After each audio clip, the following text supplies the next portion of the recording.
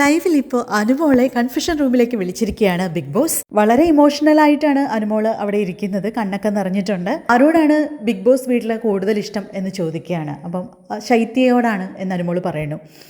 ആരോടാണ് ഏറ്റവും കൂടുതൽ മനസ്സ് തുറന്ന് സംസാരിക്കുന്നത് എന്നും ചോദിക്കുമ്പോൾ അതിൻ്റെ ഉത്തരവും ശൈത്യ എന്ന് തന്നെ അനുമോള് പറയുകയാണ്. എന്തും ബിഗ് ബോസിനോട് തുറന്ന് സംസാരിക്കാം എന്ന് പറയുമ്പോൾ അനുമോള് സംസാരിക്കുകയാണ്. കാരണം ഞാനിവിടെ ഒറ്റപ്പെടുകയാണ് എന്നുള്ള രീതിയിൽ തന്നെ അനുമോൾക്ക് വല്ലാതെ സങ്കടം വരുന്നുണ്ട്. അത് ദുഃഖം കൺട്രോൾ ചെയ്യാൻ അനുമോൾക്ക് പറ്റുന്നില്ല. അനുമോൾ നന്നായിട്ട് കരയുന്നുണ്ട്. അച്ഛനെയും അമ്മയും ഒക്കെ മിസ് ചെയ്യുന്നുണ്ടോ എന്ന് ചോദിക്കുമ്പോൾ ഉണ്ട്. എല്ലാവരും അച്ഛൻ്റെയും അമ്മയുടെയൊക്കെ കാര്യങ്ങൾ പലരൊക്കെ പറയുമ്പോൾ ഞാനും വല്ലാണ്ട് ഓർത്ത് മിസ് ചെയ്യാറുണ്ട്. അപ്പോൾ അവരിത് കണ്ടുകൊണ്ടിരിക്കുകയാണ്. അവരോട് എന്താണ് പറയാനുള്ളതെന്ന് ചോദിക്കുകയാണ് ബിഗ് ബോസ്. നിങ്ങളാരും ഒന്നുകൊണ്ടും വിഷമിക്കേണ്ട, എനിക്കിവിടെ സന്തോഷം തന്നെയാണ്. പിന്നെ അറിയാമല്ലോ, ഞാൻ കരയുന്ന ഒരാളാണെന്ന് അറിയാമല്ലോ.